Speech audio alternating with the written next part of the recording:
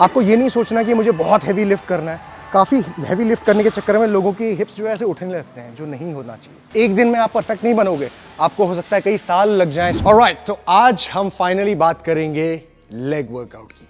आज मैं आपको बताने वाला हूँ लेग्स की वो टॉप 5 एक्सरसाइजेज। लेग बड़ा मसल ग्रुप है, इसीलिए यहाँ पे मैं आपको बेस्ट 5 एक्सरसाइजेज बताऊंगा जो आज आपको इसी सीरीज में लगानी है। यानी कि पहले कौन सी, दूसरी कौन सी, तीसरी कौन सी, सो ऑन सो फोर्थ। अब अगर आपने हमारे पिछले वीडियोस नहीं देखे हैं बेस्ट सीरीज के, तो वो आप जरूर चेक करें, और कोई भी कंफ्यूजन होता है ना तो नीचे कमेंट सेक्शन में मुझे जरूर बताना। तो चलिए बिना टाइम वेस्ट किए let's go, let's start. Alright, तो हमारी पहली एक्सरसाइज यहां पे आती है guys, good old barbell back squats. अब देखो, बारबेल स्क्वाट का नाम सुनते ही ना काफ़ी सारे लोग, खासतौर पे जो यंग लोग हैं, वो बड़े डरने लगते हैं कि बारबेल स्क्वाट लगाएंगे फ्री बारबेल में तो कहीं इंजरी ना हो जाए। रिस्क टू रिवॉर्ड रेशियो जो है बहुत गड़बड़ है, इसमें रिस्क ज़्यादा है, रिवॉर्ड्स कम है। काफ़ी सारे लोगों को जिनको मोबिलिटी जिनको इशू है, उनके नी में, हिप में, एंकल में इश्यूज़ हैं, दिक्कत होती है पोस्चर को मेंटेन करने में, कोर स्टेबिलिटी अच्छी नहीं है, वो लोग ना करें इसे, ठीक है। वो लोग चाहें तो लेग प्रेस में करें। ये देखिए लेग प्रेस लगी हुई है मशीन, ये इसमें लगाओ। ये भी नहीं कर सकते हो तो फिर स्मिथ मशीन होती है, वहाँ पे करो। लेकिन अगर ये बारबेल स्क्वाट कर सकते हो ना तो इससे ही स्टार्ट करो। क्यों? इसका एक इंपॉर्टेंट रीज़न है कि ये ना एक तरीके से एथलेटिक जो स्ट्रेंथ है बॉडी में वो बढ़ाती है, क्योंकि बारबेल को कंट्रोल करना सबसे इंपॉर्टेंट चीज़। ये बारबेल आपका पीछे है, ठीक है, इस पोजीशन को मेंटेन करना, बैलेंस करना बहुत ही इंपॉर्टेंट है। और कहीं ना कहीं आपको जो एक एज एन एथलीट जो आपकी overall body as a unit compound movement को परफॉर्म करते हुए इंप्रूव होनी चाहिए। जॉइंट स्टेबिलिटी, आपका एजिलिटी, परफॉर्मेंस, एक्सप्लोसिवनेस, वो सारी यहाँ पे आप बढ़ा सकते हो, ठीक है। उसके साथ साथ मसल डेवलपमेंट भी है, मस्कुलर डेवलपमेंट। तो ये बैक स्क्वाट आप इस तरीके से परफॉर्म जब करते हो तो आपको ये सारे बेनिफिट्स मिलते हैं। अब स्क्वाट को परफॉर्म कैसे करना है? स्क्वाट को परफॉर्म करने के लिए सबसे पहले आप क्या करोगे, बारबेल की ये हाइट जो है ना, ये सही लगाओगे। बहुत ऊंचा मत लगाना और बहुत नीचा मत लगाना। देखो ये चेस्ट के लेवल पे, मतलब ऑलमोस्ट शोल्डर, ये ठीक है। अब मेरे को यहाँ से बारबेल के नीचे जाने में बहुत ईजी होगा, तो मैंने क्या किया, बारबेल के नीचे यूं गया मैं, ठीक है। ज़्यादा हाई बार नहीं लेना है और ज़्यादा लो बार भी नहीं लेना है, बीच में कहीं पे, ठीक है। उसके बाद यहाँ से आपने ब्रीद इन किया, लिफ्ट किया, उसके बाद 1 2 3 में आपका ये स्टैंड सेट हो जाना चाहिए। ग्लूट्स को स्लाइटली स्क्वीज करोगे, अपने आप पैर पंजे बाहर की तरफ खुल जाएंगे, ठीक है। अब यहाँ पे आप ग्लूट को स्लाइटली इंगेज करोगे, अपर बैक को इंगेज करोगे, टाइट करोगे, एंड यहाँ से बैठना चालू करोगे, ग्लूट्स को आउट करना, ठीक है। ये अब आपको पैरेलल पोजीशन से थोड़ा सा नीचे जाना है, ब्रेक करना है इसको, एंड कम अप, ठीक है। जब वेट आपका हैवी होने लगता है तो आपको सांस अंदर भरनी है, ब्रेस करना है,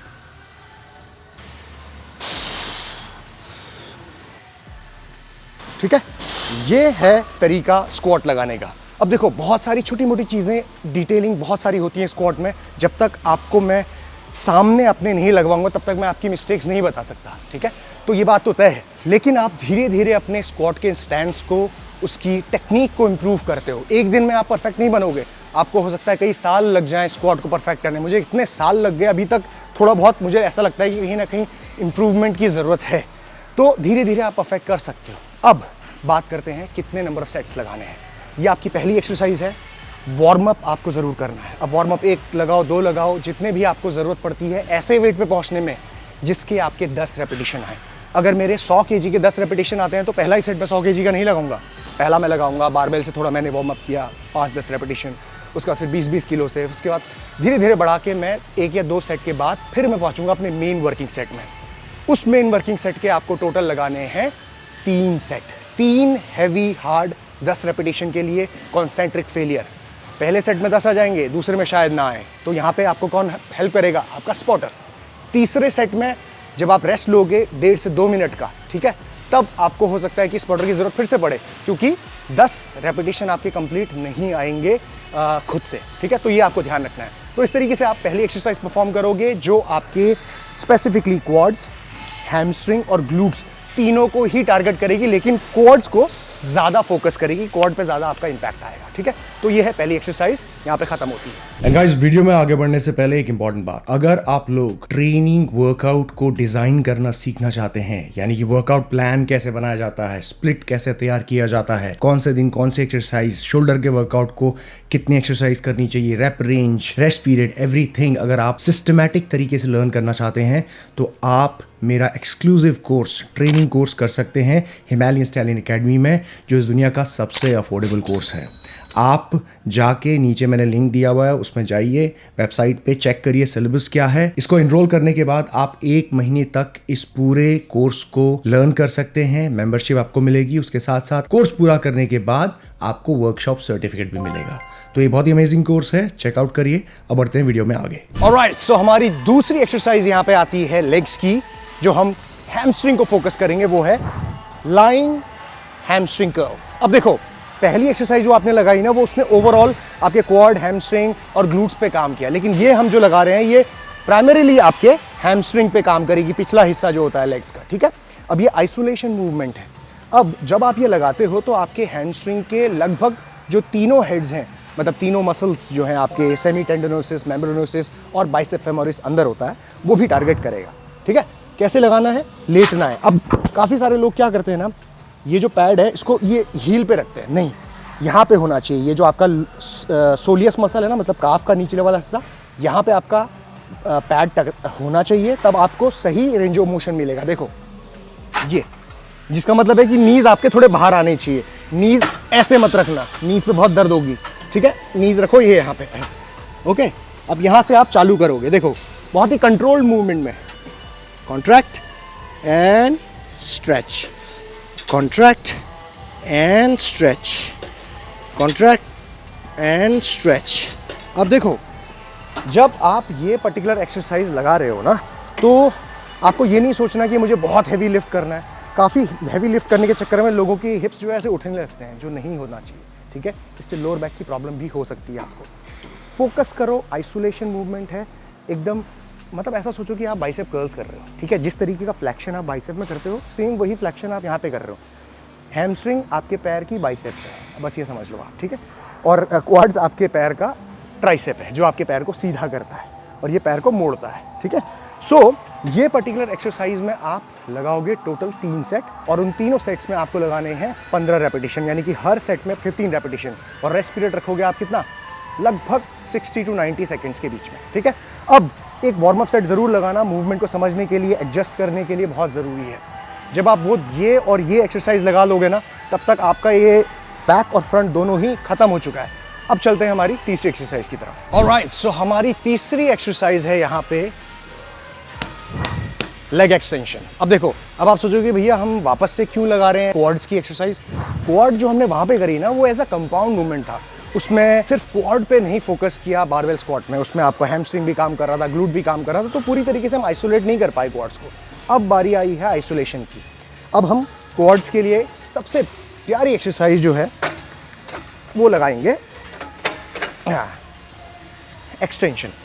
ऐसा वेट लगाना है जिसके आपके लगभग 12 रेपिटेशन आए, उससे ज़्यादा नहीं, और इसके टोटल आप 3 सेट लोगे।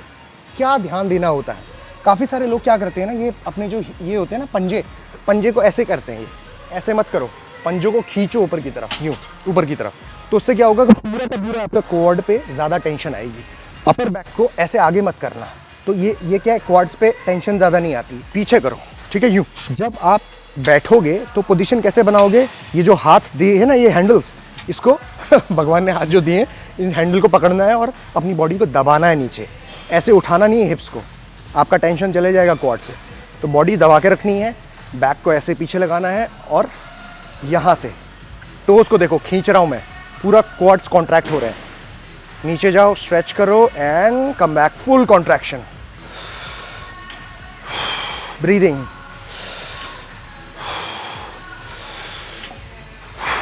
ठीक है, इस तरीके से जब आप क्वाड्स लगाओगे ना, तो अब आपको फील होने लगेगी जो बर्निंग सेंसेशन होती है क्वाड्स में, पूरी तरीके से बर्न हो जाएंगे। 12 रेपिटेशन मतलब डिस्ट्रॉय। हर सेट के बीच में आप लगभग 60 से 90 सेकंड का रेस्ट लेना, और अगर कोई स्पॉटर है तो वो आपको हेल्प कर सकता है इसको फुल कॉन्ट्रैक्शन को अचीव करने में। ये यहाँ पे अटकाओगे तो उससे बोलना ऊपर प्रेस करे, ताकि आपका वो रेंज ऑफ मोशन कंप्लीट हो, ठीक है। तो इस तरीके से आप ये मूवमेंट को लगाओगे। अब तक हमारी जो क्वाड्स हैमस्ट्रिंग है वो ऑलमोस्ट डिस्ट्रॉय हो चुकी है। अब हमारे पास एक और एक्सरसाइज बाकी है, लेट्स गो। ऑलराइट, सो अब हमारी एक्सरसाइज है रोमानियन डेडलिफ्ट, RDLs। अब आप कहेंगे भाई हैमस्ट्रिंग तो हमने एक ऑलरेडी लगा दिया आइसोलेशन, थोड़ा हमारी बैक स्क्वाट में भी टारगेट हुई होगी, हाँ, लेकिन क्या है ना, हैमस्ट्रिंग का मोशन ना जब तक ये स्ट्रेच में आपको नहीं मिलता है, यानी कि जो टेंशन आपको स्ट्रेच में मिलती है हैमस्ट्रिंग की, तो पूरी तरीके से हैमस्ट्रिंग टारगेट नहीं हो पाती है। अब सिंस मैं आपको बता रहा हूँ लेग का वर्कआउट जो एक ही दिन करते हैं हफ्ते में, इसीलिए थोड़ी एक्सरसाइजेज, नंबर ऑफ एक्सरसाइजेज ज़्यादा है। अगर आप लेग्स को डिवाइड करते हो 2 दिनों में, तो ये सारी एक्सरसाइजेज एक साथ मत करना, ठीक है।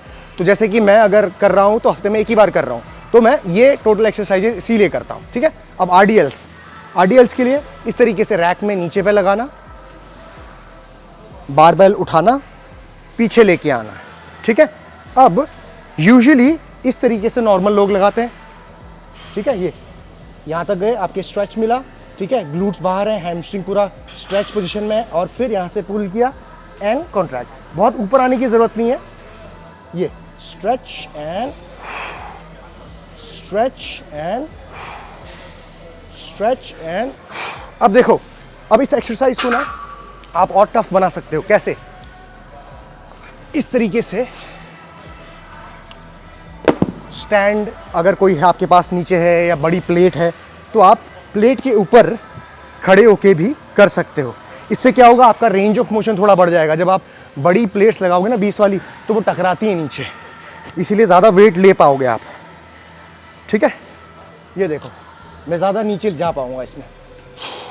अब बस यही ध्यान देना कि आपके लोअर बैक पे ना आए। अगर आप कंफर्टेबल नहीं हो तो ज़्यादा नीचे मत जाना, लेकिन जा सकते हो। तो ये आपकी टफ बना देती है एक्सरसाइज, ये ओके।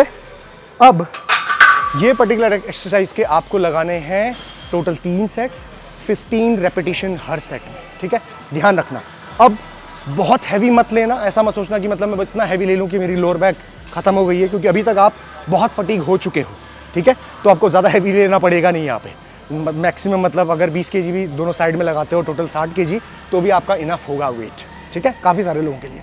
सो ये होती है आपकी एक्सरसाइज यहाँ पे, क्वाड्स, हैमस्ट्रिंग, ग्लूट्स खत्म। ऑलराइट, तो गाइस अब मैं आपको जो एक्सरसाइजेस बता रहा हूँ वो है काफ्स की। अगर आप काफ्स आज के दिन यानी कि लेग्स के दिन नहीं करते हो, ठीक है, क्वाड्स और हैमस्ट्रिंग के दिन, तो मत करना। अगर करते हो, जान बची है तो कर लेना, ठीक है।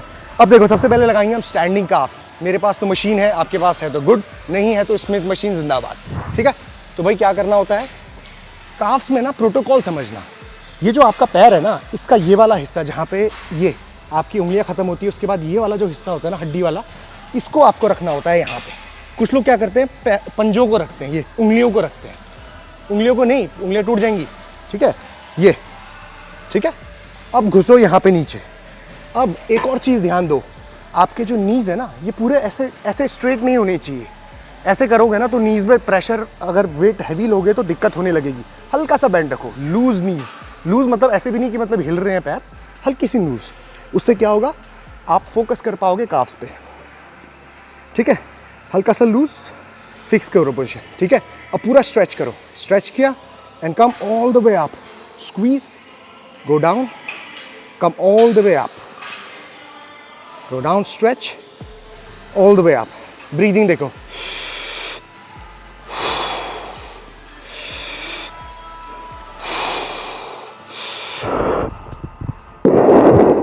ठीक है। तो ये है आपका सही तरीका काफ्स को टारगेट करने का। अब देखो भाई, इस पर्टिकुलर एक्सरसाइज में आपको लगाने हैं टोटल 3 सेट, ठीक है। 3 सेट्स में आपकी रैप रेंज रहेगी 15 रेप्स पर सेट, और हर सेट के बीच में आपको लगेगा 60 सेकेंड। अब 60 सेकेंड्स में आप ऐसे बैठे मत रहना, ऐसे स्ट्रेच करना, ठीक है। होल्ड करना 4-5 सेकेंड, चेंज करो 4-5 सेकेंड, ठीक है। थोड़ी देर ऐसे ऐसे मूवमेंट करो, दैट्स इट। उसके बाद दूसरा सेट लो, 15 रेपिटेशन निकालने हैं। ये पर्टिकुलर एक्सरसाइज में आपने काफ्स के ये जो बड़ा मसल होता है गैस्ट्रोक्नीमियस, ये इसको टारगेट किया, ठीक है, स्टैंडिंग। अब हम करेंगे सीटेड, जिसमें आप सोलियस को टारगेट करोगे। Let's go. ऑलराइट, सो हमारी लास्ट एक्सरसाइज है सीटेड काफ रेजेस, जो आप लगाते हो सोलियस मसल के लिए, ये निचला हिस्सा। बहुत डिफिकल्ट है इसको ग्रो करना, लेकिन ज़रूरी है। ठीक है। अब ये क्यों काम करता है, देखो जब आप स्टैंडिंग होते हो ना तब भी सोलियस और गैस्ट्रॉक दोनों ही काम कर रहे होते हैं, लेकिन ये जो गैस्ट्रॉक होता है ना ये इतना ओवर पावर कर देता है पैर सीधे में कि इसको काम ही नहीं करने देता।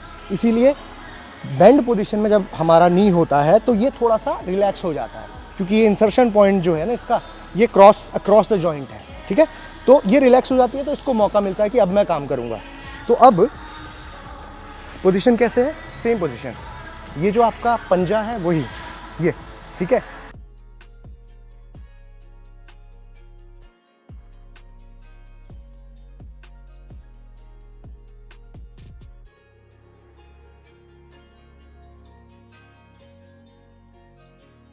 Full stretch, full contraction, stretch, full contraction, stretch, full contraction. ठीक है। अब जब आप इस तरीके से लगाओगे ना तो आपका सोलियस सबसे ज़्यादा काम करेगा और दोनों ही एक्सरसाइजेज में आपके दोनों मसल टारगेट हो जाते हैं। इन बिटवीन द सेट्स आप इस तरीके से स्ट्रेच ज़रूर करना, ठीक है, ज़रूर स्ट्रेच करना। और टोटल 3 सेट्स लगाना और इसका रैप रेंज भी रहेगा कितना, 15। अब 15 ऐसा वेट लगाना है कि भाई 15 से ज़्यादा ना आए और फुल कॉन्ट्रैक्शन और रेंज ऑफ मोशन को पकड़ते हुए, मतलब जल्दी जल्दी नहीं करना है, ऐसे जंप नहीं करना है, ये कॉन्ट्रैक्ट करो, स्लो स्ट्रेच करो, स्ट्रेच को फील करो, कॉन्ट्रैक्ट करो, कॉन्ट्रैक्शन को फील करो एंड देन स्ट्रेच करो। सो ये प्रोटोकॉल आपको अपनाना है, ठीक है। तो गाइस ये थी सारी एक्सरसाइजेस फॉर लेग्स। अगर आपको कोई भी कंफ्यूजन है तो कमेंट सेक्शन में मुझे बताइए, और अगर कोई और वीडियो देखना है तो भी मुझे बताइए, और वीडियो अच्छी लगी है तो make sure thumbs up button को जरूर क्लिक करना। And I will see you soon in the next video. Jeet Salal signing of.